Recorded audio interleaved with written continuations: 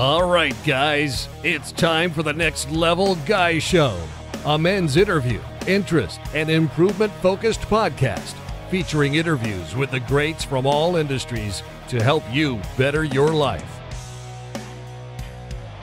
Each week, a new episode features an interview with one of the greats, covering all aspects of their story, from life hacks to tips and protocols that have allowed them to live life on the next level. We then highlight concrete action steps that you can use to improve your life. And now, your host, Ian Dawson Mackay.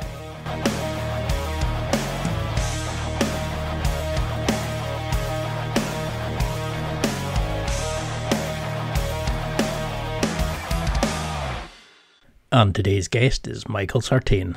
Michael's a performance coach, former Air Force Navigator, instructor and host. His Men of Action program has propelled 400 plus men to new heights in their life in under 25 days. His podcast, The Michael Sartain Show, is a much-loved show of discussions on topics such as dating, status, connection, networking and more, with a range of opinions and fiery debates. Michael graduated from the University of Texas at the end of the .com bubble. The lack of jobs led him to be a DJ and later a manager at a gentleman's club. He joined the military after the tragedy of 9/11, becoming a navigator in the United States Air Force, winning awards and medals for his service. In 2011, Michael left the Air Force and moved to Las Vegas, becoming an event host and eventually a self-help coach. Michael hosts pageants, swimsuit competitions and network events in Vegas, and is the MC and recruiter for some extremely large parties and charity events in Los Angeles. In 2019, Michael created the Men of Action program. The program was a culmination of all the lessons and many more he's learned over his life and through his podcast. The Men of Action program focuses on 5 pillars: social networking, leadership, entrepreneurship, mindset and finance to make you a well-rounded man with an abundant lifestyle. In this interview, we discuss becoming a man of action, networking, and how you can change your story to change your life. And now, let's get to the interview.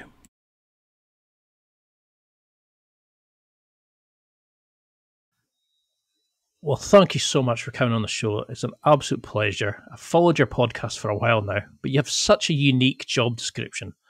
How do you explain to people what you do? It's really funny. Every time I get this question a lot, like, what do I do? So I would say now the easy answer is I'm a performance coach, which is different from being like a life coach or a therapist. I understand that my clients have a burden of performance. When they come to me, it's not one of these things where I just have to make them feel better. They have to feel better, but also something must be produced. There must be some action taken.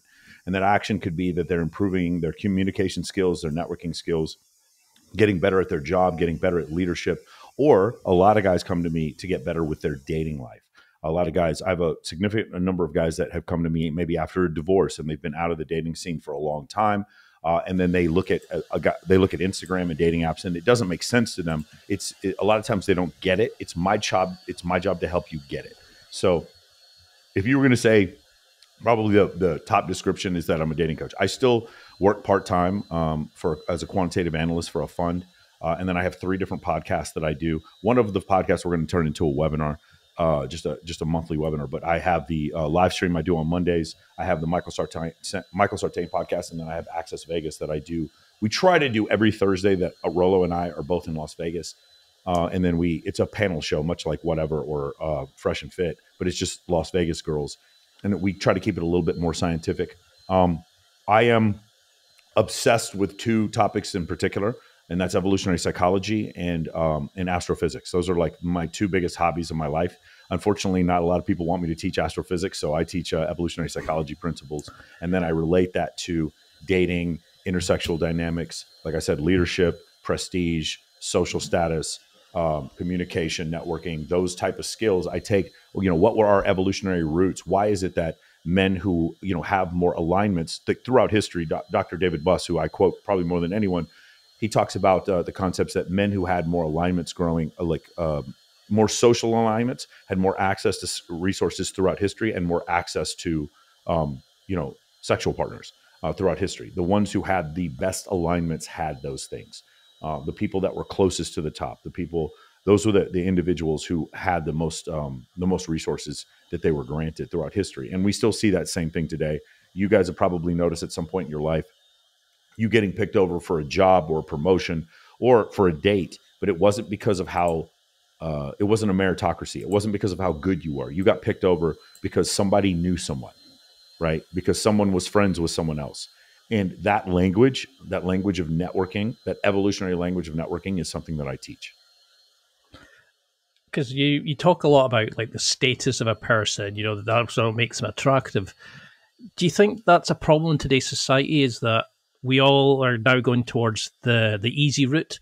We simp for the OnlyFans girl. We want to become famous and rich by doing the next viral video rather than creating a sustainable business or something. Have we become the generation, no great war, no real struggles? So we've forgotten how to be just men? So I like to look at things as, are they efficient or inefficient? And then do they work or not work? I've tried to, the way I coach is nothing to me is right or wrong or good or bad. It's like, does it work or not work? For instance, having a society where murder was legal, that doesn't work because all of a sudden no one trusts anyone. And now your system of economics breaks down. And all of a sudden things become very inefficient. So that's the reason why when people are like, well, why is murder illegal? It's because it's bad. No, it's not. It's actually illegal because then society breaks down. That's the actual answer. And so I look at it the same kind of situation. Does society work if a lot of men are watching OnlyFans and a lot of women have delusional beliefs about their attractiveness towards the opposite sex because of how many matches they get on dating apps? Society sort of works. The reality is there's 8 billion people on the planet. And so if a lot of dudes are simping for women, is it bad or good? It's inefficient. Here's the thing: when you say whether or not it's good or bad, if you're one of the people who's becoming aware of the situation that you're in, if you're one of the people who's becoming aware and say, hey, I'm a little bit overweight. Hey, I pay a lot of money to these girls on OnlyFans. Hey, every time I meet a woman, I start putting on this like pickup persona or this suave Casanova persona that actually pushes away a lot more women than it connects me with. If you come to the realization that in your job, whenever you're talking to somebody else, you're talking shit about your other employees behind their back instead of having direct conversation to their face. In those cases, what I'm going to tell you is your life doesn't work. Your life is inefficient. Your life is based on stories that you tell yourself to be a victim. And if you want to get out of that, you can have a more efficient life that works better for you and then makes you happy. You can definitely do that. But as society in general, we're always going to move further and further away from the survival scenario. So like when I say that, like living in the Pleistocene era, which is more than like maybe 12,000 years ago, in that era, when there's no real technology like we consider now. We may have the wheel and fire, but that's about it. Maybe some spears. At that point, we have hunter-gatherer societies. Everything that all the proclivities that you would have aided in survival at some point. Meaning like you don't wake up and go hunt the gazelle and just have like an existential crisis about a meme that you posted, or whether or not you look cute today when you come back and see Sally. All you care about is procuring the protein and bringing it back to the tribe. What your only points were survival. The only thing that mattered was survival. Like depression, I'm not saying depression never happened. I'm sure it did. But what I'm saying is during that time period, because every day was a struggle to live, you didn't have time to sit there and have these ingratitudes that you have now. Now we live in a time period. Just consider Henry VIII dying of gout, I believe in the 15th century.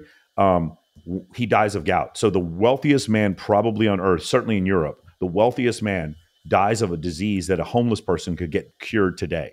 You have no idea how good you have it right now.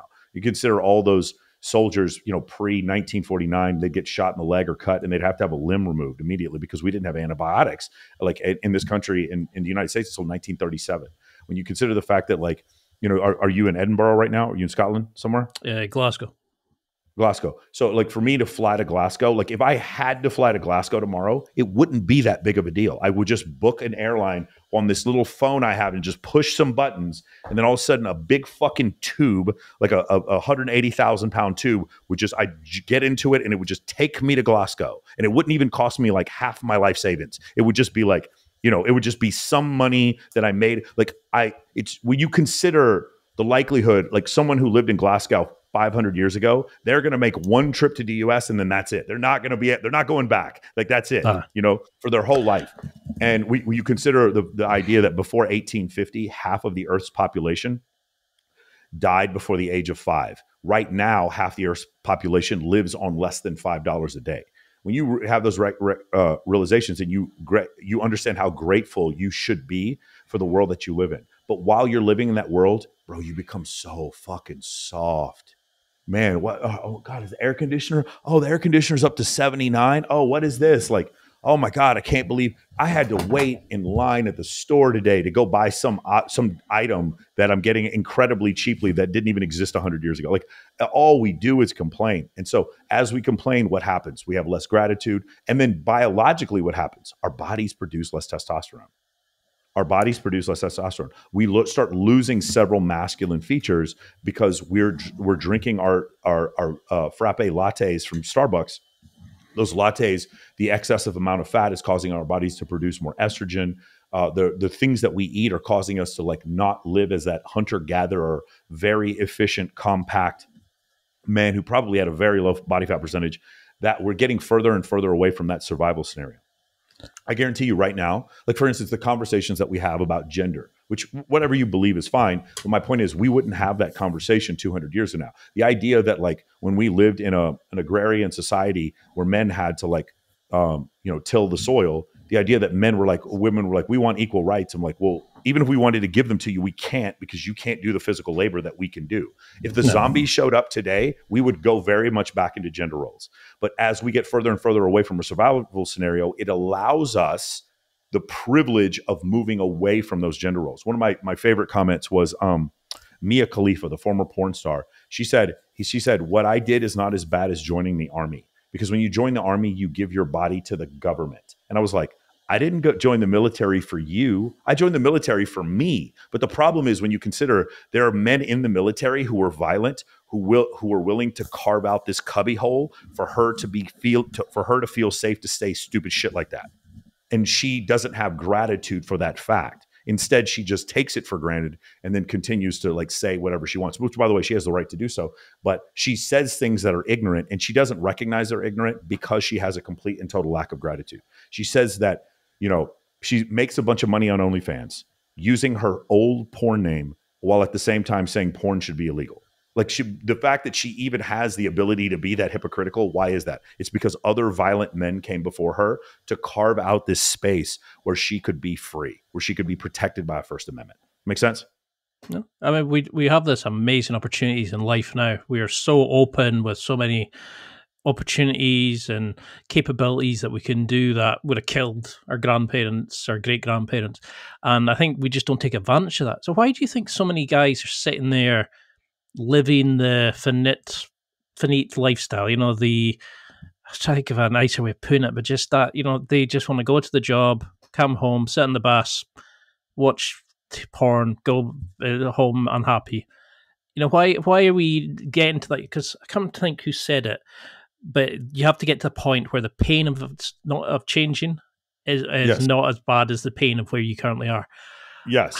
Why have we got this generation now where guys are just like, yeah, it's good enough. Yeah, it pays the bills. Yeah, I'm enjoying where I am now. Why are we not looking for that journey, that mission in our life? So I'm going to use a sports analogy. So, in the EPL, teams that there's no salary. You guys don't have a salary cap in your English Premier League. You can just pay players more. So like Man City can just keep playing more money than like say Leicester City or whatever. In the United States, our franchises in basketball and football, they have what's called a salary cap. And whenever you are the best team in the league, you pick last in the draft. And whenever you're the worst team in the league, you pick first in the draft. So a lot of times the teams at the bottom, they get really good players on their team, and then eventually they become the best teams. You'll notice in our sports leagues, we have different champions all the time. Teams that haven't won, like every team almost has won at least one championship. The reason why I bring that up is because there's teams in there that get stuck in the middle. They haven't gotten good enough, or they haven't suffered enough. Okay. That's the actual answer. The reason why these men aren't going down to the bottom and really making a change in their life, getting that first pick in the draft, is because they haven't suffered enough. And so how do you keep from suffering enough? Porn is a way to just sort of like paste over the fact that you're alone, right? Being able to eat unlimited amounts of sugar, salt, and fat is a way to paste over your hunger and just like make you feel good, giving you just enough of a dopamine spike when you eat that cheeseburger to just like make up for the fact that you don't look the way you want to look. Like those kind of things are the reasons why. Meaning like It was a good friend of mine named Owen Cook, RSD Tyler from Real Social Oh yeah. Dynamics. He told me one time, Owen, he had one speech, I'll never forget it. He goes, beta males still get to eat. You're like, beta males will get to fuck like one or two girls. Beta males still make enough money to like have a roof over their head. Like, it's like even when you talk about like wolves or gorillas, beta males still get to eat. Like, being a beta male is bad, but it's not so bad you're going to take your own life. And so that's the reason why. It's the guys who get to the bottom. Like, for me, it was losing my father and having my girlfriend break up with me within like a 6-week period, and they get kicked, then getting sent to the Middle East.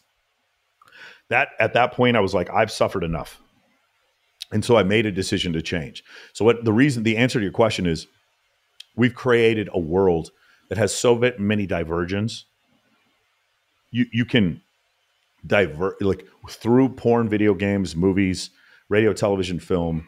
You can, and also the ability to get prescription drugs. People abusing prescription drugs. I know some people have like legitimate like ketamine therapy, or they're prescribed Xanax, but people abuse those things too. And your ability to sedate yourself. There's never been more of an ability to sedate yourself if you're a young man. And so because of that, no matter how bad things are, you never really feel how bad they are. You never hit rock bottom. It's never so bad, and you never suffer enough that you actually make the change. So that's probably the reason why we just live in such a comfortable environment. Whereas those guys that you're talking about, had they lived in a Pleistocene period, what they would have done is their lack of motivation would have caused them to not be able to eat, to cause them to be cast out of the tribe.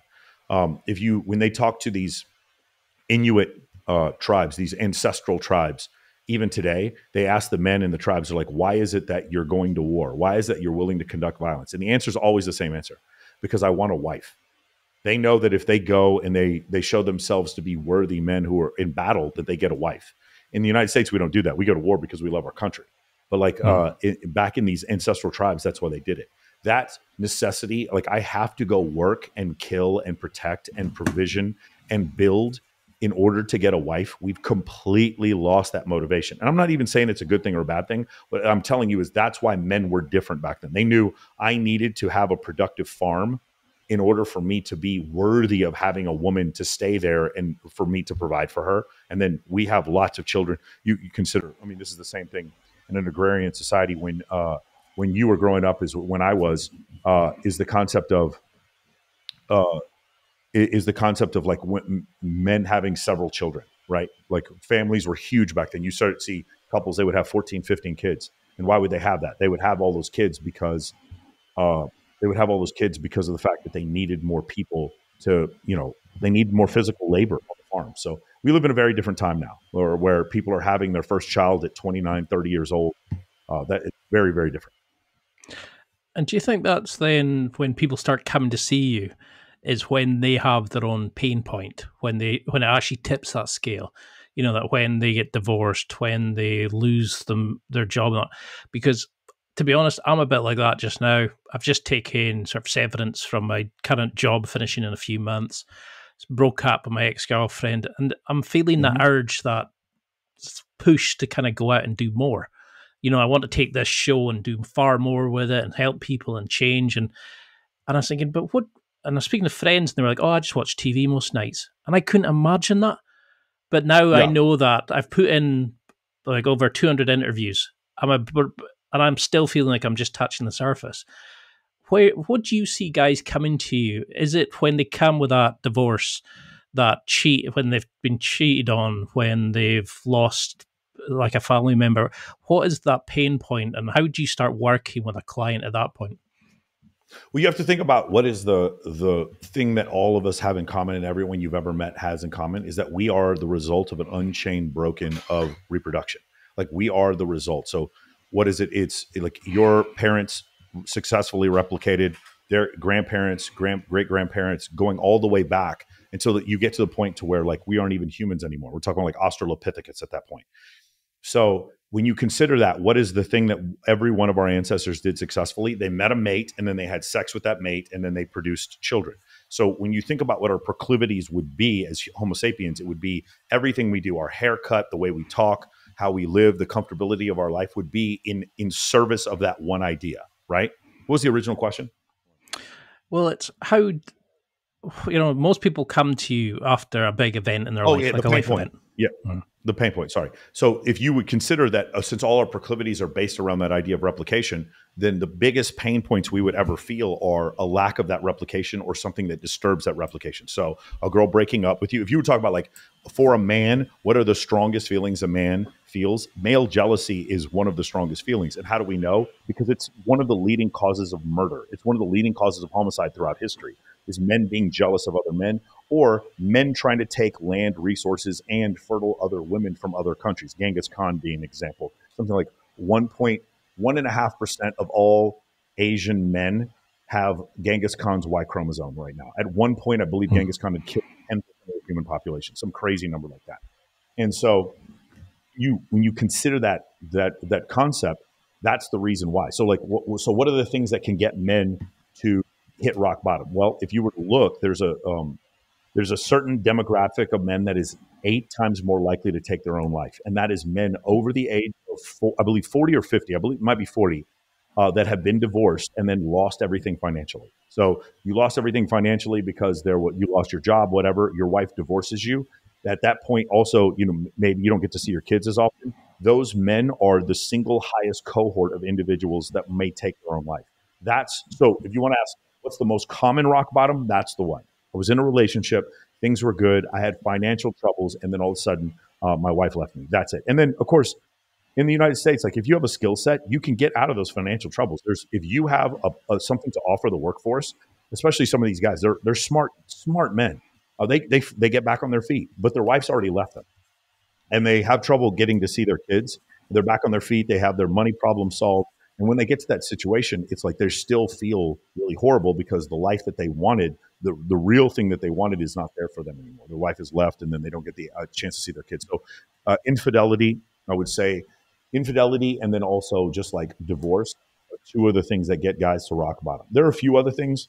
One of the things is a lot of times guys are just heavily motivated. So I get a lot of young guys that come to the course, and they only get like 50, 60, 70, 80% of what they want from the opposite sex. So I know a lot of guys are like, oh, I do really good on dating apps, but I'm not attracted to any of these women. So stuff like that. I get a lot of dudes that have that. And then the other one, this is a really big one for me, is that guys that feel left out. So they're like, I know that I get passed over for promotions, or I'm not a really good salesperson. I don't get invited to the best parties. I know that there's this guy who's a CEO who invites his closest friends on a yacht, and I never get invited.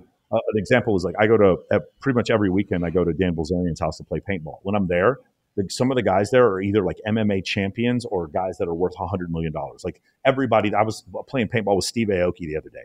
When you're there, everyone there has accomplished something pretty amazing, and you're like, well, how do I get invited to those type of situations? Those guys are probably they're not the majority of my clients, but when we get one of those guys on the phone and talk to them, they're most likely out of any other type of client to join the program. Meaning guys who want to improve their networking skills or get better with, networking with really high status men. The most common though is guys who are having trouble with women. They're the ones who come to me the most because, again, when you consider what's the strongest pain point you're going to feel as a man, the strongest pain point you're going to feel is the rejection of women. It is, and regardless of like how much you get used to it.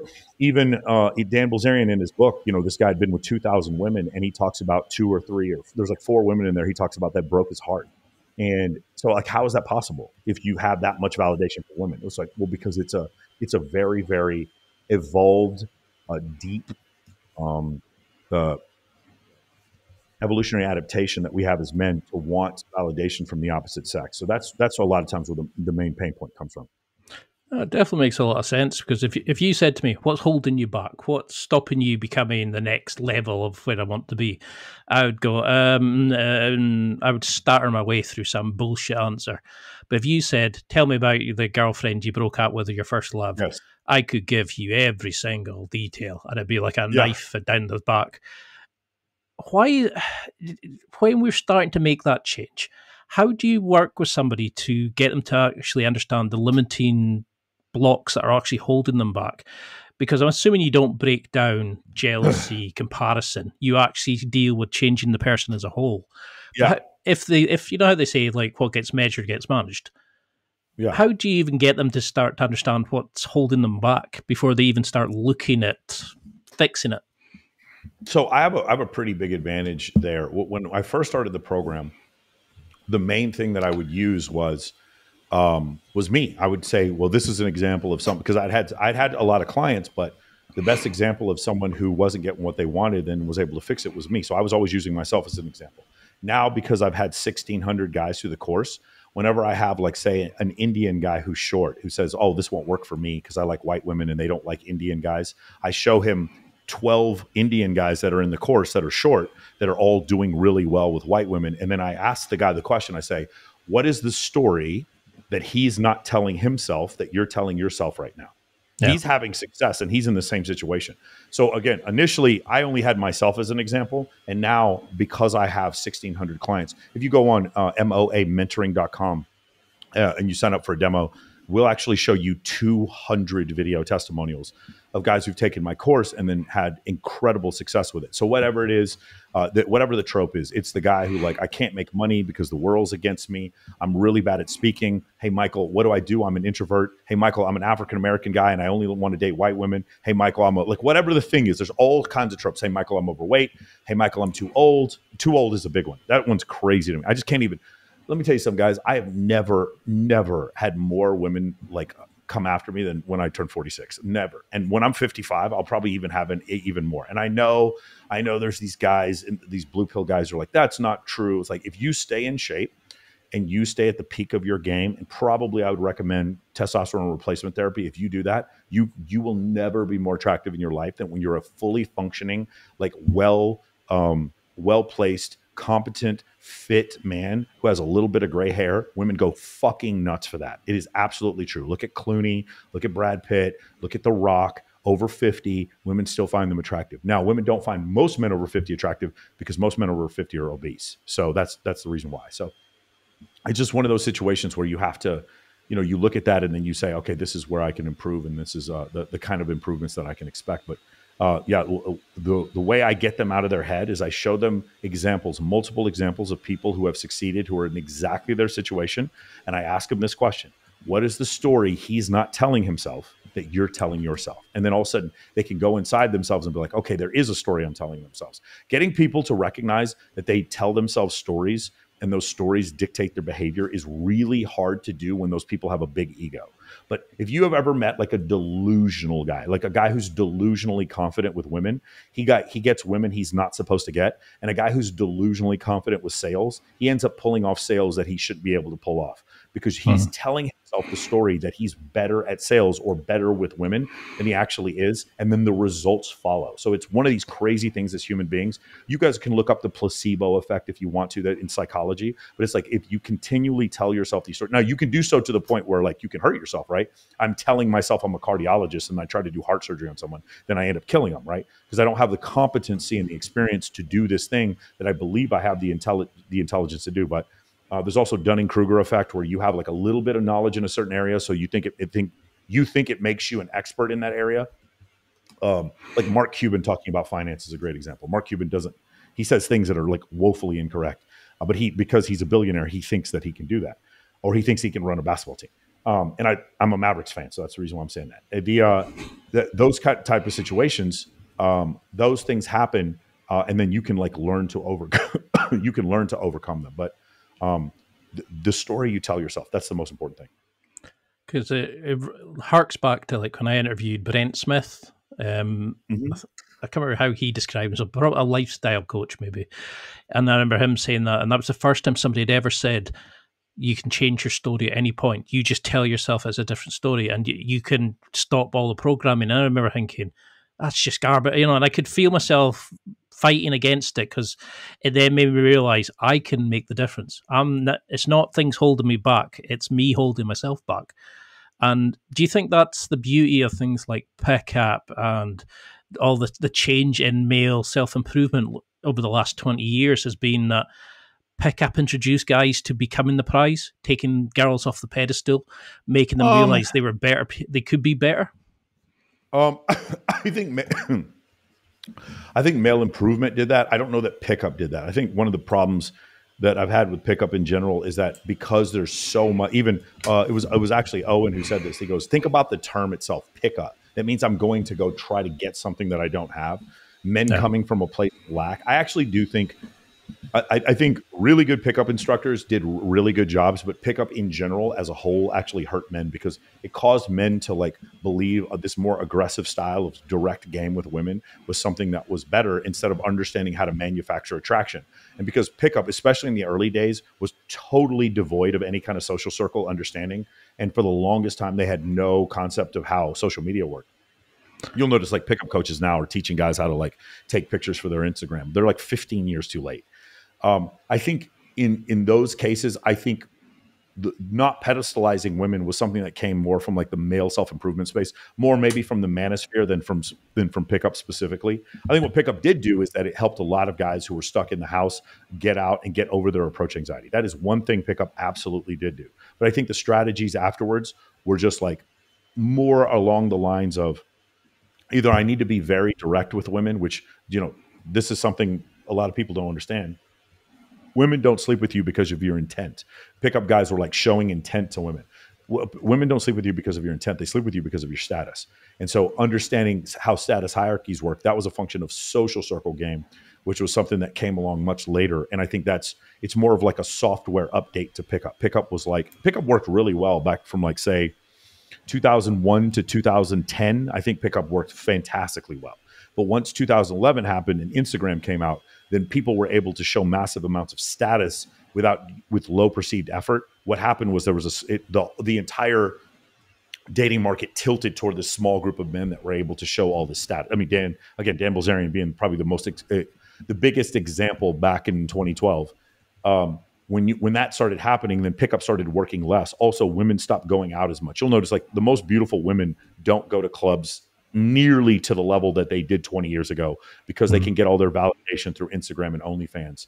So, and again, I just feel like, you know, this is something, it's a software update. The world had a software update. It was called social media. And I teach the software update. I try to give the guys the update. If you've been married since before 2011 and you come out and you start to realize that I need to know what these memes mean, and I need to have like a Instagram that shows that I'm relevant, competent, have access to scarce resources, and have high status. If I didn't know that because I've been married this whole time, then when you get back out into the dating world, things have changed so fast. And by the way, they're going to continue to change very fast as well, and it's something that you have to keep up with. Because I mean, I did a bit of RSD when I was younger, saw some results. But I was shy at doing the pickup line because it was never congruent with who I was. But when I realized the bits about becoming a better person and suddenly becoming more just out there myself, suddenly I was like, oh. And now lately I've become this version of myself that I don't know who I am anymore. And I think that's what a lot of guys are. They crumble when they're confronted. You know, they struggle when anybody kind of challenges them, or they get a girlfriend. They feel a bit more kind of, they become the beta. They kind of just, they follow her because they, you know, somebody shows them a bit of passion. They think, oh, well, I'm going to stay here. It's safer. It's warm. It's the warm spot. How do you get guys to start standing up for them to follow their true beliefs and not just that kind of, well, it'll do. It's comfortable. I like the book Crucial Conversations, and then I like the book Start With Why. I think when you come to the realization, like, you get for what you ask. So what happens with most people is they grow up in these in societies, or they grow up in a culture where, you know, maybe their religion teaches them this, or their parenting teaches them this. A lot of my German clients have this problem. They're afraid to be rude, and their inability to be rude, what they do is they hold things in and they don't have direct conversations with people. And as doing so, like we like to say in MOA, when you avoid confrontation, you create conflict. When you avoid confrontation, you create conflict. So you're a boss and you don't give clear instructions to your employees. Hey, this is what I need to do. This is what the standard is. You don't do it. And then they don't meet the standard. And then after a while, like, things build and build and build. And then you have to fire them. And then when you fire your employee's like, I don't understand. What did I do wrong? And in your mind, you're like, well, he should have just known, but I didn't want to have this uncomfortable conversation with my employee. So I let this thing fester. And that's what happens. When you avoid confrontation, you create conflict. It's the same thing with your girlfriend. If she does things where, like, you're out and public together, and then she consistently either picks a fight with you in public, or it's a situation where she disrespects you in front of your friends. If you don't have that conversation with her earlier, being like, hey, I just want to let you know, like, we can't do that in public anymore. If you want to do that with me again, I'm going to have to find someone else. If you don't have that conversation early, and she also doesn't believe that you can find anyone else because you're so desperate for her, then she's going to continue to walk all over you. So it's things like that where you have to maintain a boundary, even though it's scary in the beginning. You're like, oh, I don't want to hurt other people's feelings. When you tell little white lies because you don't want to hurt other people's feelings, you're just a liar. You don't tell. You're not being courageous.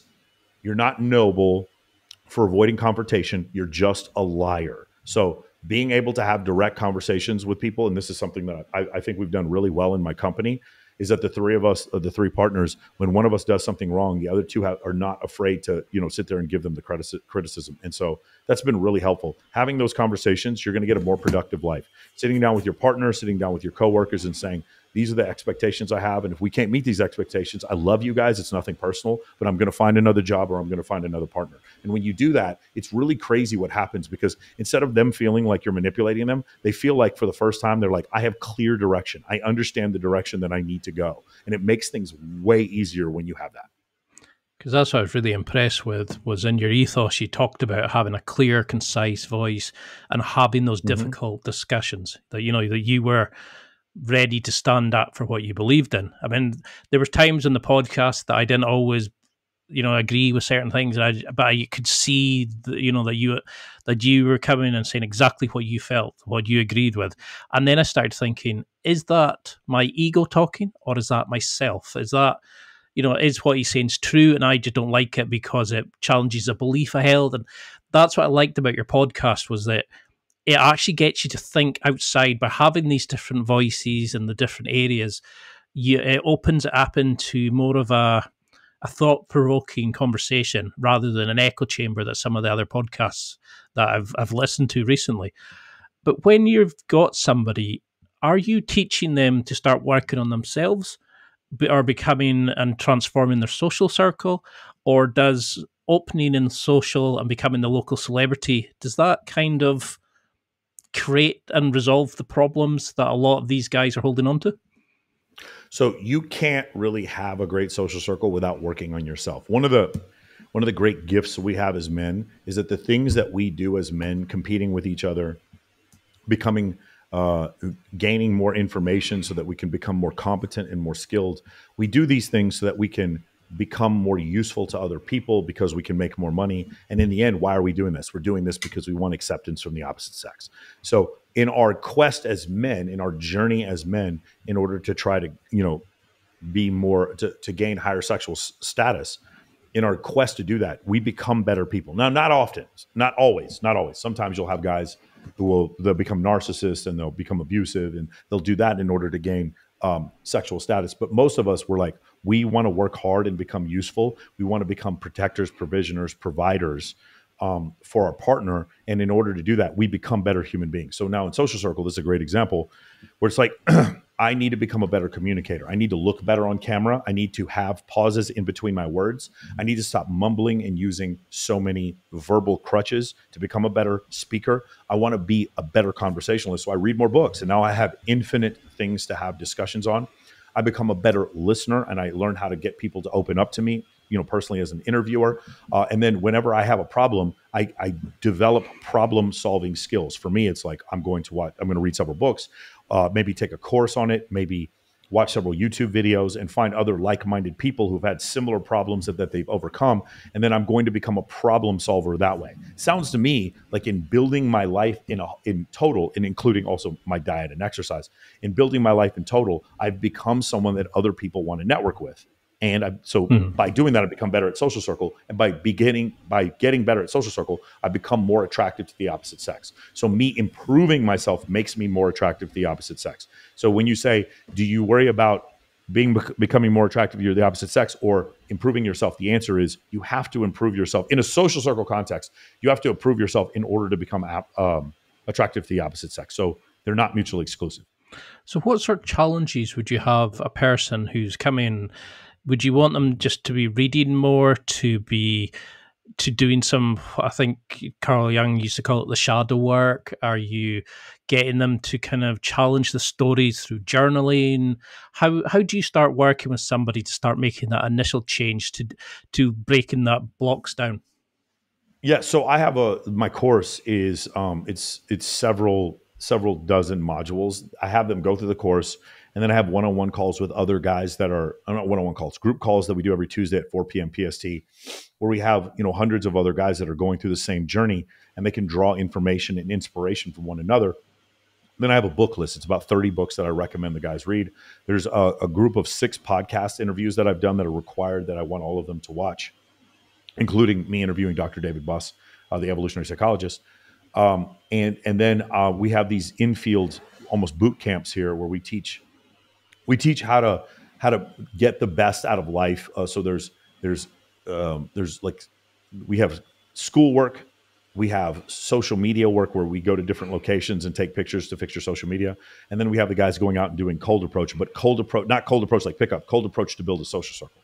And so we teach those things. Those are called Vegas immersions. And then we also have networking coaches that help you. So in the course, when you ask, like, how do I do it? I don't, like, the shadow work is definitely something we discuss, talking about thinking. We definitely have that discussion. But for me, it's more like, what story are you telling yourself? That's what we go down. We break down the stories that people are telling themselves.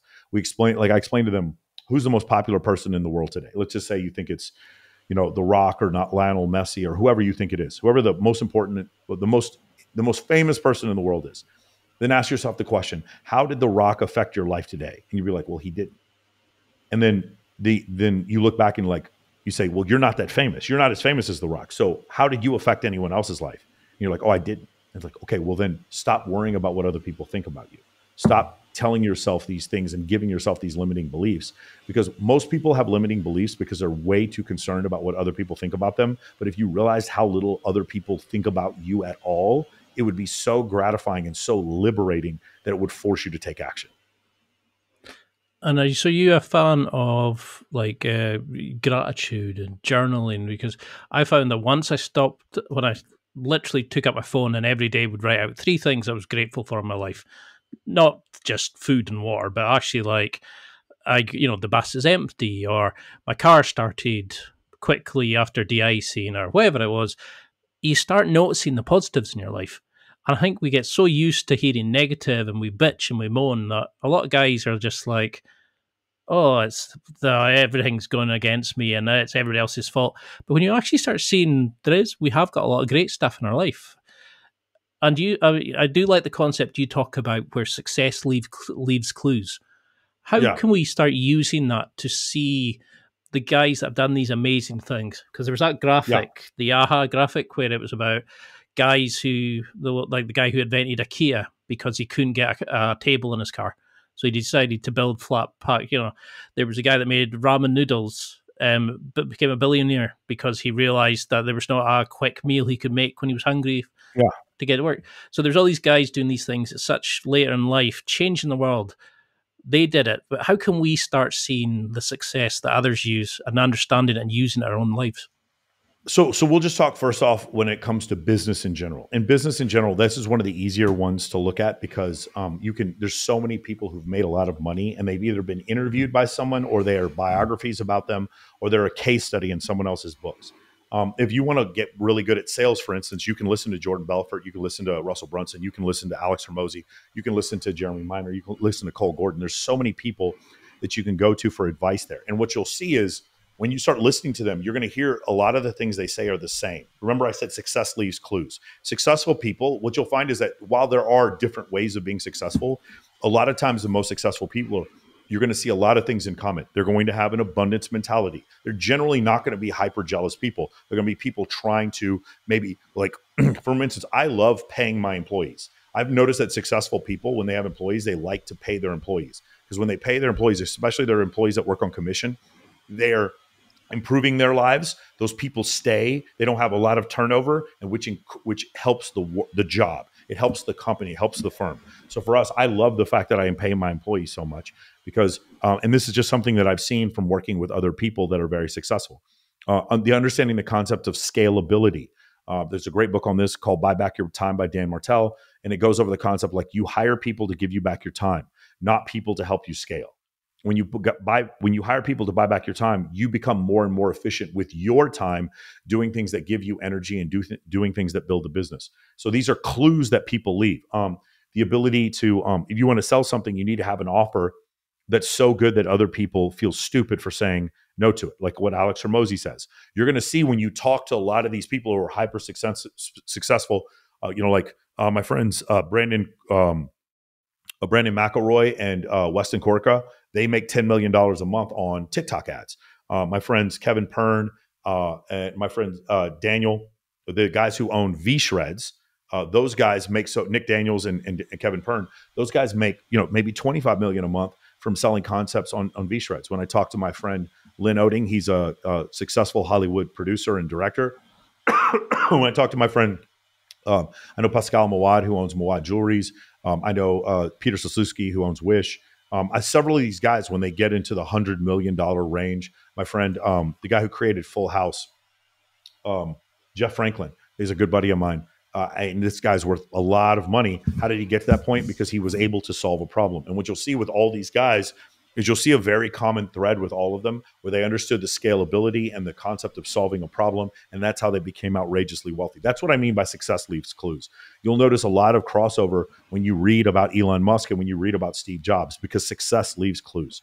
And when you get to the highest levels, you're going to notice that there's a lot of crossover with a lot of people as far as how they were able to be successful. Now, when you take that same concept, success leaves clues, with dating, one of the things I did, say, going back to all the way back to 2008, is I stopped listening to what pickup artists and dating coaches were telling me, and I started watching guys who actually had massive amounts of success with women, and I started to notice they're also doing the same things with each other. And the thing that they're doing is, it's really funny. If you ever read Oren Klaff's book, Pitch Anything, he talks about eliminate neediness and avoid beta behavior. Those are dating techniques, but he's using it in order to sell a product.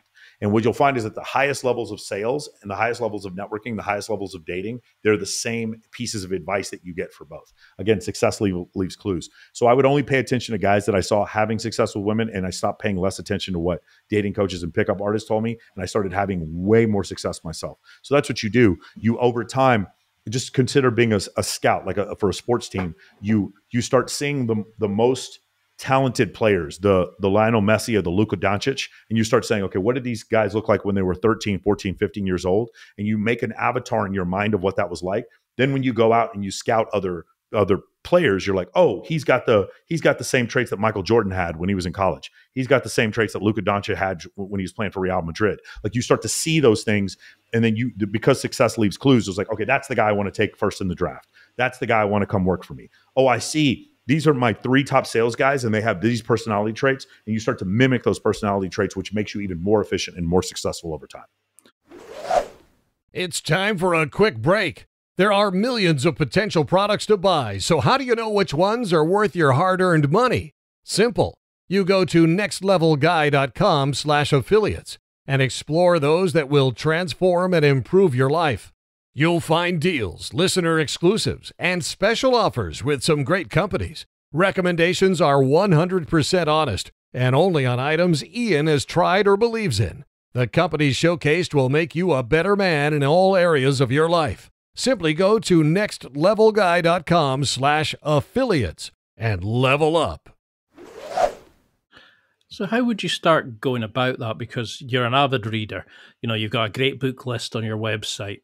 And it's every time I've listened to an interview you've done recently, I've been writing out the books. I've got some through there, and I'm sort of keen to start utilizing them. And then you've got the guys that you're seeing, you're following the clues to success. How do we start incorporating these into ourselves and staying congruent and true to who we are without losing our integrity? How do we not act as if, but actually absorb the good and throw it and get rid of the rest? I think it was Bruce Lee. Sure. When you are introverted and you act extroverted, you're not losing your integrity. This is a big problem. When people losing integrity means you're lying. To me, it means you're being dishonest.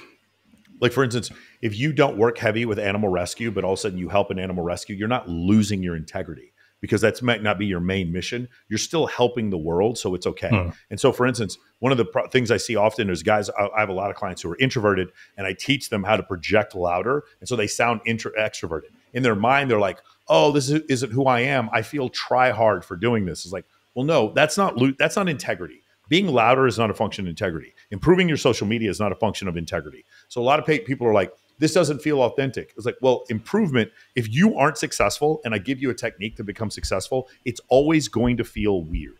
It's always going to feel inauthentic. I wouldn't worry about a lack of inauthenticity. I would worry about a lack of integrity. I do not lie, cheat, or steal, nor do I tolerate anyone who does in our company. And so that's what integrity means. But me improving, like, so for instance, let's just say I was overweight and I put on 20 pounds of muscle and and my BMI went down and my waist got smaller. Am I being myself? Am I being authentic? The reality is, dude, I'm not being myself. I'm actually not being authentic. But who I was before was overweight, and now I've lost a bunch of weight. I've changed. And in that change, I've improved, but I haven't lost my integrity. And so that's where people, a lot of times you'll be like, hey, man, this is what I need you to post on social media. And I'm like, oh, I don't want to do it. It feels try hard, or it feels inauthentic. And I'm like, no, It's not inauthentic. It's not try hard. You're improving. That's what's happening. And so you have to understand the difference between the two things. A lot of times, again, if you've ever gone to a personal trainer, that first day when you get back from the personal trainer, you're so sore because he worked out muscles and parts of your body that you haven't worked out on your own. Do you feel inauthentic? No, you're improving. You're actually improving. But you may make the excuse in your mind as a coping mechanism. You may say, oh, this isn't me. This isn't who I am. No, this is improving. Improving is not about authenticity. Improving is about integrity. Do you have the integrity to continue to work harder to improve yourself? Because that's, to me, happiness comes on the journey. And the journey of self-improvement is such an incredible journey. There's so many clients that I have that are starting from zero. And I'm actually jealous of them because the dopamine hits they're going to get from these massive improvements in their life, I can't go back and do those again because I've already done them. I've already leveled up past that point. And watching them do it just makes me so happy for them to be able to improve. So that's a big thing that a lot of people have is like when you get people to become better public speakers, they're like, this doesn't feel right. This doesn't feel authentic. Becoming a better public speaker does not impugn your integrity. What it does is it doesn't feel authentic for you because you have your authenticity, or the person you are inside is not successful and you want to stick to that person. My whole thing in MOA is we get rid of that person. The only thing that matters is like you not being successful in general has to do with you not working smarter, meaning you haven't received the correct guidance. And it also has to do with the stories that you're telling yourself. You're telling yourself that there's a matrix that's after you that keeps you from being successful. And like when you even when you listen to Andrew Tate, he's like, I'm aware there's a matrix, but I'm not mad about it. I just understand that there's rules and I need to follow the rules. If I follow not the rules, but if I understand the mechanisms of the matrix, I can become incredibly rich. And that's the reality of the situation is. Like the world is hard. A woman rejects you. Let me tell you something. Women's selectivity sucks when you have low status and a woman rejects you. Women's selectivity doesn't suck when you're married and you have a child and you don't want your wife going off with some other guy. Women's selectivity is awesome when you have a family. Women's selectivity sucks when you're in college, right? So that's the difference. And you'll start to understand it's not that the game is unfair, or maybe it is unfair. You don't want the game to be easier. You want to be better. You just want to hope to be better. But a lot of times, me giving you those things, you have to change your diet. Well, I don't want to change my diet because it doesn't feel authentic. No, changing your diet, you're improving your health, okay? And when in doing so, you're maintaining integrity, but it won't feel authentic. Make sense? Oh, definitely. I mean, I loved the way that you put that. I'm going to be using that from now on because I've had this argument over and over with people saying, oh, I can't do that because it's not who I am. And you're like, well, you're not... You've got to go out and try something different to become a different version of yourself. Yeah. If you do the same thing you've done, it was like Albert Einstein doing the same thing over and over again and expecting a different result is the definition of insanity. So Neil Armstrong wasn't the first guy who landed on the moon until he was. It's like it's not who I am as a person. Who you are as a person. Like I wasn't a captain in the Air Force until I was a captain. Like who you are as a person is constantly morphing and changing, and hopefully it's improving. And so who you feel like you are when you're 18 should not who you feel like you are when you're 26. So 18, you just get out of, you start at university. And then when you're 26, maybe you finish your master's degree or you're working on a PhD. You're a different person then. And so you need to appreciate and accept the fact that you're going to constantly be changing. And in that change, you hope that change is improvement. And in that improvement, things that are not going to feel authentic in the beginning will feel authentic later on. And then there'll be new changes that happen after that. But integrity is something different. Integrity has to do with lying, stealing, and cheating other people. That's something different than me making you talk loud when you don't want to talk loud. That's not a function of integrity. That's not who you are. You can always improve in those areas. Because that's I love about you're always straight to the point. You give it as it needs. You don't kind of sugarcoat it. You don't follow the what's expected of today's society.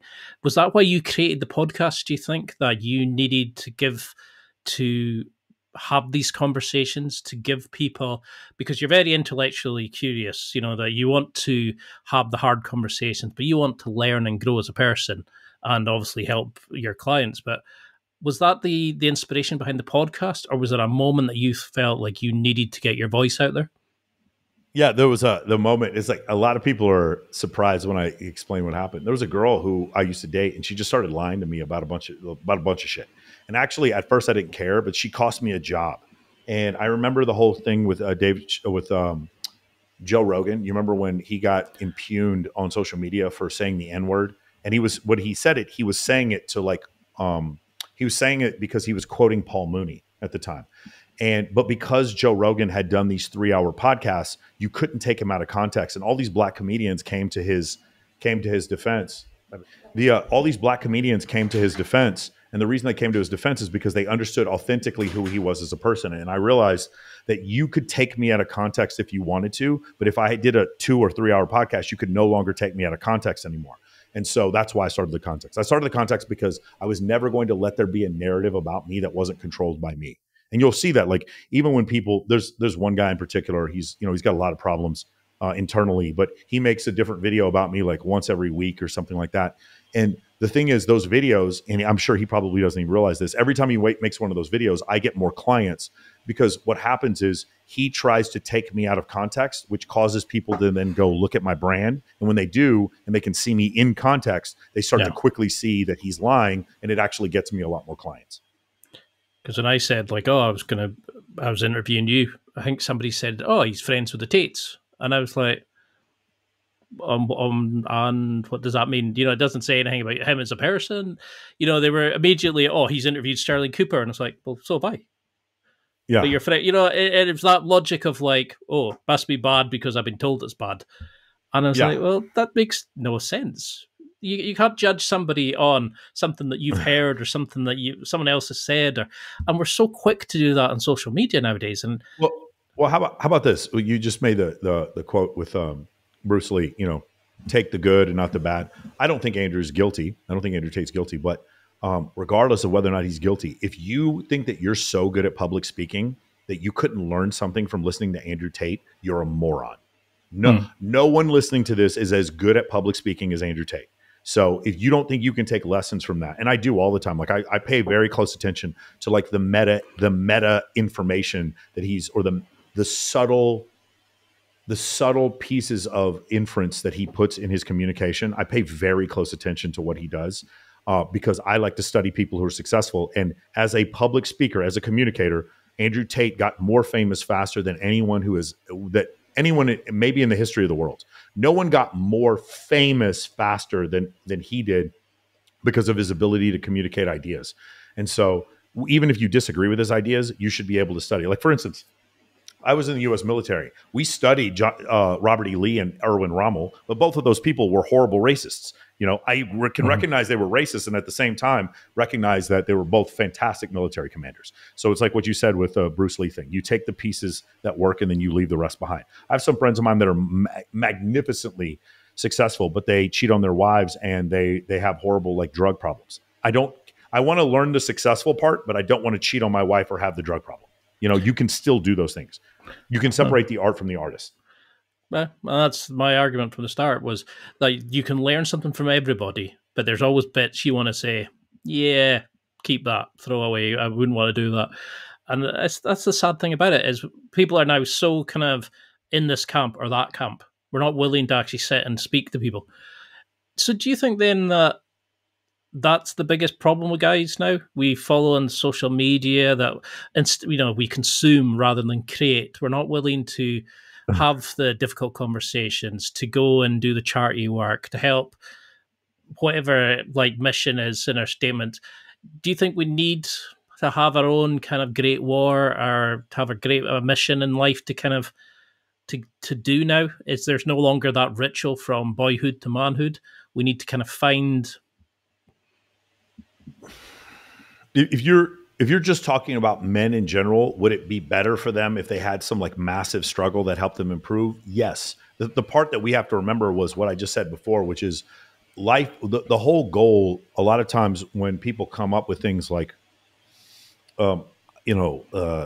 electric drivetrains or satellite dishes or fiber optic communication or things like antibiotics, when they came up with these ideas, they did so because they wanted to end in some way, they wanted to end human suffering, which is, in the long scheme of things, is kind of like the ultimate goal for most technologies, is to end some sort of suffering. So in doing so, as you keep making technologies that keep ending more and more suffering, the motivation to try to overcome certain things gets less and less. Like, again, for me, when you make a certain amount of money, you don't even mow your own lawn anymore, right? You get to a point where it's like, you eventually you're so busy and you make so much money because you get good at your job that you hire someone to do your dry cleaning and clean your car. Like you get to the point where now all of a sudden these struggles that you had before, a lot of them just go away. For some people, not for everyone, but the idea of like living in an air-conditioned home is something that, our ancestors 50 years ago, 100 years ago, a lot of people didn't have air conditioning. And so when you come to those realizations, the question you ask is, what do men need to be better? And my answer is, there's 8 billion people on the planet. There's no selection pressure anymore. Better or worse, there's still going to be billions and billions of people on the planet.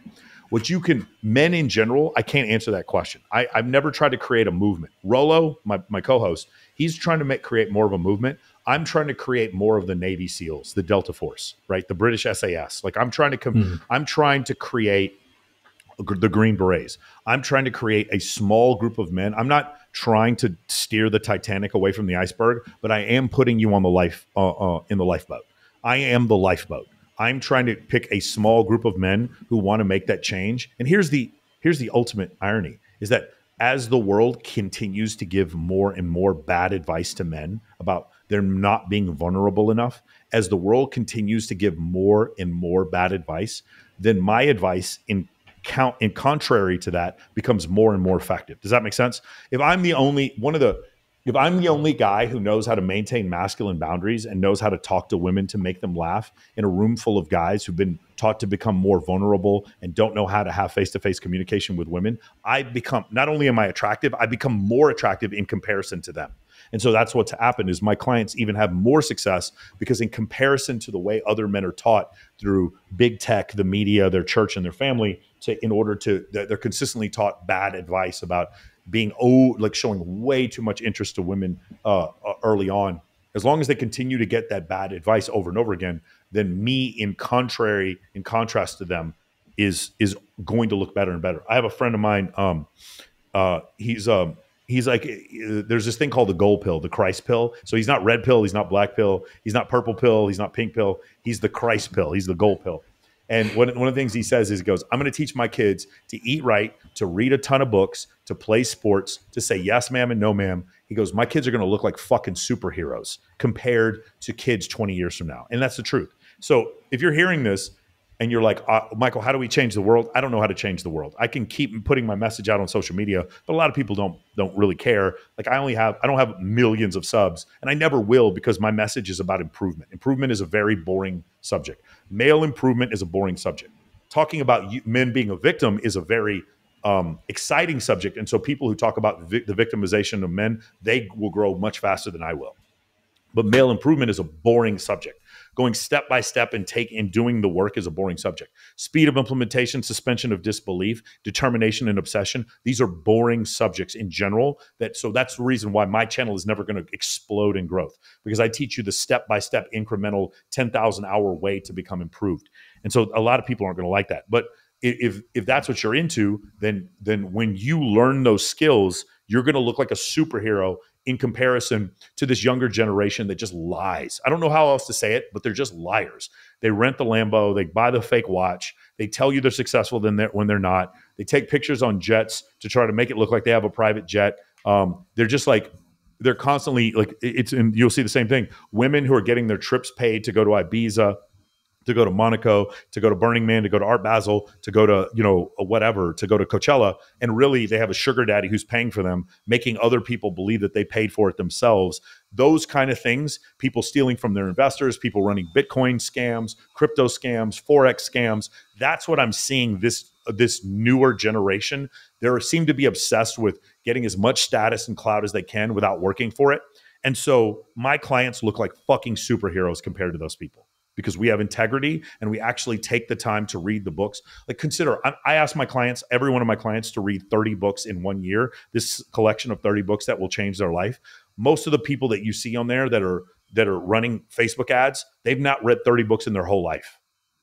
I'm asking you to read 30 books in a year. I'm asking you to put in some level of work. So again, when you get to that end goal and you've done the work, you're going to look like a superhero compared to these other people. Because that's the thing. If you said improvement, people go, "No, that sounds like work."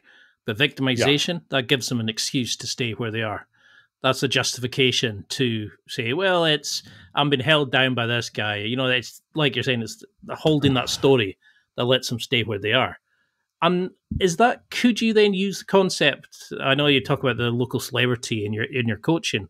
Could I then use that concept, the local celebrity of the podcast, to kind of facilitate that movement to find my tribe of guys that want to do that? It's interesting because you brought up local celebrity, and that is in our marketing. What local celebrity means is like, so let's just say really famous people would be like The Rock, Justin Bieber, like Justin Timberlake, like really famous people that are way up here. Kim Kardashian, they're like 10 out of 10 famous. And then down at the bottom is like the janitor at the school. He's 0 out of 10 famous, right? He doesn't have any social media, whatever. I want you to get to like a 2 or a 3. Like, there's this mid-tier level of fame that didn't exist 25 years ago. You were either like Tom Cruise or you were nobody, right? And there's this way to be famous at like a 5 that didn't exist anymore because of social media. So that would be like Aiden Ross or Patrick Bet-David. These are guys that are like famous in certain circles, but they're not incredibly famous, right? Mm-hmm. Drake is like super famous to a lot of people, but there's like this mid-tier level of fame. You're like a backup point guard in the NBA, or you're a streamer, or you're like a goalie on a soccer team or something like that. There's this mid-tier level of fame.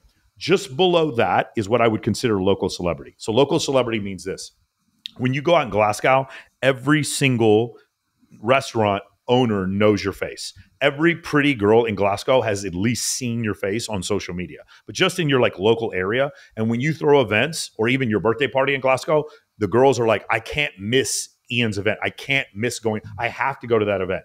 That's how I am in Vegas. When I have my birthday party, girls will fly in from out of town because they want to be seen at my birthday. It's not because I'm dating them. They just know Michael Sartain's birthday is an event and I want to be seen there. So they're going to fly from out of town. So that's what I've achieved, is what's called local celebrity status. And I would say you're a 2, a 3, or a 4 in that area. You're not quite a 5. 5s are like legitimately famous, and you're nowhere near a 10. 10 is like the president of the United States. You're just like a 2, a 3, or a 4. And what I try to teach guys, local celebrity ability, is to get to that 2, 3, 4. Having a panel show, right? A great way to become a 2, or 3, or 4, like local celebrity, is have a panel show, do man on the street videos, do reaction videos, have a podcast. Those are great ways to do it. Or just have really cool photos, be out on a regular basis in like really cool social situations, and have a ton of super hot female friends that introduce you to other females. That's how you become a local celebrity. So what is then the sort of golden rules of being social? Like, to get to that level, once we've started working on ourselves, how do we keep doing this? But because, and yeah, we can have better, say, like social media flows and stuff like that. But how do we, is there rules on being social, regardless if you're networking, dating, just connecting or just being nice? Because I was always taught to speak to the janitor as you would speak to the CEO, chat to everybody, the cashier, how's your day going, etc. What's the golden rules of being social and being the sort of the linchpin of the event for you? If I could make it as simple as possible, it's treat them all the same and make them talk about themselves. So treat everyone the same and make them talk about themselves. Something that impresses women a lot is like if they're in a group and then there's a girl in the group who's clearly not as attractive, or even like, let's say a girl you think is really pretty, but she brings her mom out. When you can talk to her mom the same way you talk to her, or you talk to the guys in the group the same way you talk to the girls in the group. I've had really attractive women tell me before, it's like, that was the thing that impressed me about you, is that you were talking to everyone in the group the same. Treat them all the same, make them talk about themselves. Making people talk about themselves is really important. The thing I will tell you, when you're trying to network with a tribe of very, very successful men, speak the language of problem solving. So the reason why a lot of my friends who are very, very successful, the reason why we're friends is because I'm constantly trying to help them solve problems and I'm constantly trying to be useful. When I'm dealing with my guy friends. With ladies, what I'll do is I get them to qualify to me and I don't qualify to them. And I'm constantly showing like strong masculine boundaries, and I'm generating attraction through pre-selection, relevancy, competency, access to scarce resources, showing high social status and social proof. I'm generating attraction those ways. And at the same time, those same women that I'm talking about, I'm friend zoning them. I'm putting them in the friend zone. I'm showing that I have little to no intent. And if they want to date me, they're going to be the ones that they're going to have to chase. So that would be the small keys to what I would express. Women know when they go out with me. I've had tons of women say this. And these are some of the women I would end up dating. I've said this before. It's like when I first met Michael, it's like I felt safe. He wasn't hitting on me. When there was creepy guys around, I felt like Michael was like a safe place to go. And then over time, what happens is the girl starts asking the question. It's like, all these other girls seem to like Michael. They seem to be attracted to Michael. And Michael gives them attention. Why doesn't he give me the attention that he gives them? And then it goes further and further. And it's like, I'm going to get Michael's attention no matter what. And this is a girl I put in the friend zone. Women are then competing for my attention, which obviously automatically generates attraction. This won't make any sense to you until you've actually gone out to a nightclub with 25, 30 girls. Then you'll start to see they compete for your attention. And then you're not gaming anymore. There's no cold approach. Women are actually competing for you. And so that's essentially what I teach. And the way you do that is by friend zoning a ton of girls. It's by getting the girls to talk about themselves, by treating them all the same. And then again, with guys, the main thing I do is I get guys to talk about themselves, and I'm always in the business of problem solving. So do you think then that we've misunderstood connection, because you're a big fan of evolutionary, psychology. Do we not understand really what draws attraction, what draws in connection? And we're so busy trying to prove ourselves that we've forgotten actually how to do it because we're so up our own arses, basically. We forgot how to connect. No, we forgot how to connect when the cell phone came out. The smartphone is the reason why humans can't connect anymore. I mean, there's a singular reason. The reason why there's a dating crisis is because of social media, and the reason why humans have lost the ability to shake hands and look at each other in the eye and have direct communication is because of the smartphone. Because it just made things way too virtual, too easy. Well, I mean, you do some amazing charity work. You raise so much money and you help so many charities and stuff, and you give back so much. And I remember hearing an interview you did where you said about how you make every single person feel like they're the star. They are the best thing about the event. Can you go into a little bit about the sort of charity work that you do, and how do you kind of create this version of yourself that can actually go out there? Because are you able to just be you out there? How can somebody turn it on that's maybe kind of always been a bit reserved, but is looking to do that in their own life? So for me, because of over the years of like having so many bikini competitions, so many charity events, going to so many, destination photo shoots, having so many parties, comp tables, comp dinners, living in Vegas, there's this group of women that I've become friends with. There's 100, like we're talking 700-800 women. And one of the things that these women have is a superpower. Their superpower is they can get people to look at them on social media. It's mostly, yes, because they're physically attractive. And my friend, Steve Fowler, he didn't come up with the idea of, I think he came up with the idea of using social media with this, but the idea of using girls that were like playmates in order to focus attention on things like animal rescue, focus on things like troops overseas, focus on things like collecting toys for children on Christmas, focus on things like maybe ALS, cancer, whatever it is, domestic abuse. When he would use the superpower that women had of garnering attention, and he would use that superpower in order to do good, in order to raise money for charity. So that's the ethos. That's the basis of where we got the idea in order to do it. For me, I'm a unique example. I'm not a good example of this. I was never introverted. I was always extroverted, and I like talking to people. Talking to people in groups, I don't feel any anxiety. I actually feel more anxiety talking to people one-on-one than I do talking to people in groups. Getting on stage and talking in front of 1,500 people, I feel like I'm home. I feel like very, very comfortable, in part because my speaking voice gets lower, and I feel like my voice is a shield that protects me from any kind of criticism or taking any kind of damage. I use my voice almost like a shield, if that makes any sense. It's a force field that protects me.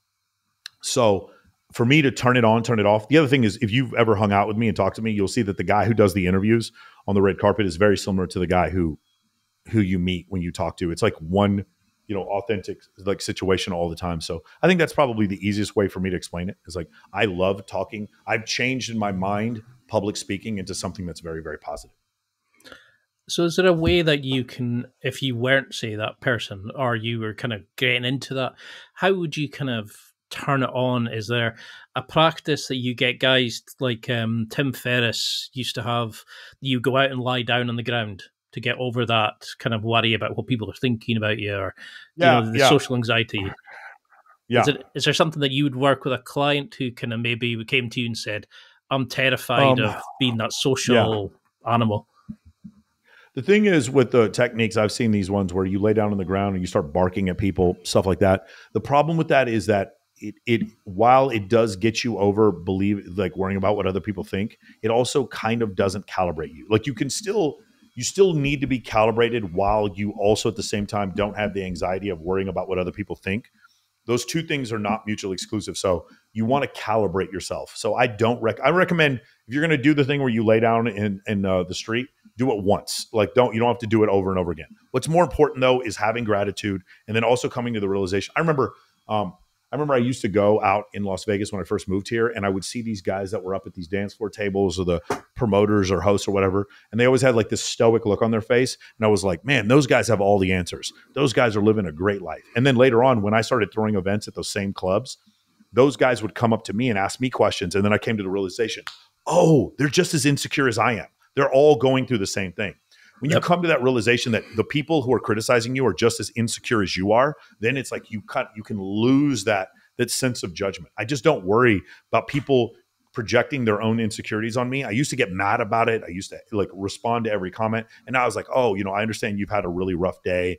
This is something that you're going through, et cetera, whatever. And you made a personal attack. Justin Waller has like this incredible comeback where he goes, hey man, I saw that you left a mean comment on there. I just want to let you know that I'm pulling for you. And I just hope everything works out for you in whatever it is that you're dealing with. Bro, it is so, you think that that's an infantilizing, but the thing is, you've hit on a core problem. Nobody's going to leave comments about you on YouTube unless they're going through some kind of internal pain. And so learning that was probably the key issue to improving that part of my life. Because that's what I used to do. I would sit there and say, oh, such and such, I really hate them. And then I would turn around and go, okay, I wish them the best. I hope they're doing really well. And just being positive about somebody you were annoyed at, it deflated everything. And you couldn't be upset or angry against them. You're kind of like, okay. And then you just moved on. Because I used to ruminate and OCD and stress about stuff. And now it's just like, wish them the best, move on. And I'm still fallible. I still fail every so often, but it really helps. So how do we make this a system then? As we start becoming more social, as we start going out, as we read the books, start working ourselves, and how do you avoid taking the easy wins? When you start seeing girls falling for you a bit more, or you start becoming more social, how do we get guys to keep improving? How do they find, I don't know, how do they have to have a mission? Do they have to have an overall goal, a kind of focus in their life? How do we avoid them staying in the shallow end and actually swimming out for the real prizes? How do we avoid? For me, there's three things that I do in order to maintain the mindset that I have. Number one is gratitude, like we've mentioned before. Like, we live in after the time of antibiotics, and we all have electricity and running water in our house. Number two is the complete and total acceptance of the present moment. I accept and I surrender to the present moment awareness. You can read Eckhart Tolle about this, but it really is where you can be yourself the most. I am the quickest and most charismatic and the smartest when I'm totally in the present moment. And then the last part is the complete and total resignation to the understanding that you're going to die. None of this is permanent. You and everyone is going to die. Everyone you've ever been jealous of and everyone that has ever been jealous of you will be dead in 100 years. And you understand the finality of it. It frees you. It liberates you in order to take action. So that's what I would recommend for guys. And most people you're referring to have lost those three understandings.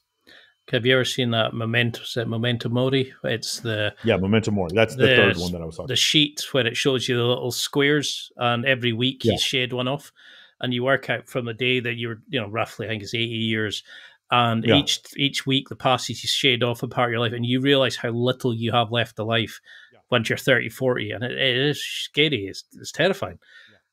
What would you want somebody to take from this?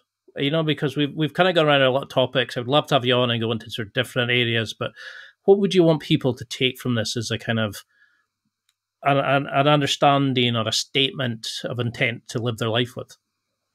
Yeah, I would recommend that if you're listening to this, understand the concept of working smarter, not harder, that the goals that you want to achieve, someone has accomplished those goals before. And if you can follow those people like a signpost, you can get to your accomplishments, you can get to your goals faster. One of the examples I love is from the creation of the mile until the time that Roger Bannister crossed the 4-minute mile was 2,000 years. And the next guy to break the 4-minute mile was 43 days because someone saw someone do it, then other people were willing to do it. Success leaves clues. If you want to find those clues, just understand what my program is we've delineated all those clues from all those great thinkers into one course. And that course, combined with all the experiences that my 1,600 clients have had and that I've had, we put all those things in there. And I basically took 25 years, my last 25 years of knowledge, and I put it into one course that you can get through in probably about 6 months. And so that's the main thing that I want to leave people with. And what would you get from somebody signing up for the Men of Action program just now? If they came to you after an event or they needed to change their life after listening to this, what would they get from the program and why should they sign up? What they're going to get is trying to understand the highest level of communication, networking, leadership, and dating, if that's what they're looking for. Those are the things that are most important. Those are the things that we teach other people. And then understanding how these things function from an evolutionary perspective. So understanding concepts in evolutionary psychology.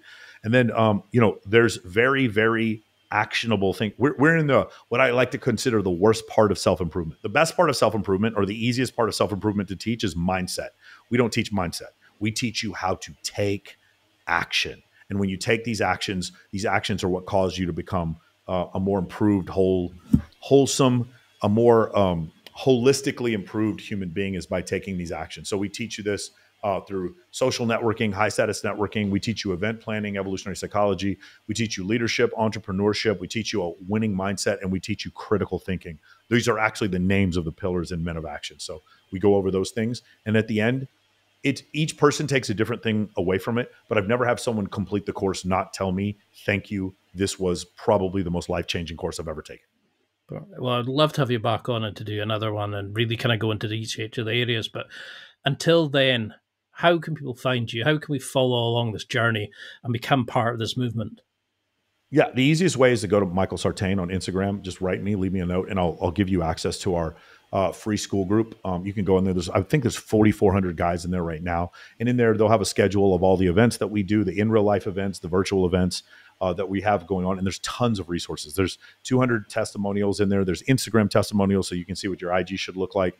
The book list is in there. There's just tons of great information. And there's a free course that's in there as well.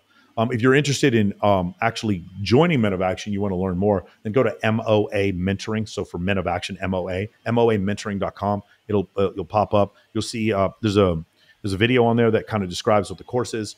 You can watch the video and then decide if this is what you want to do.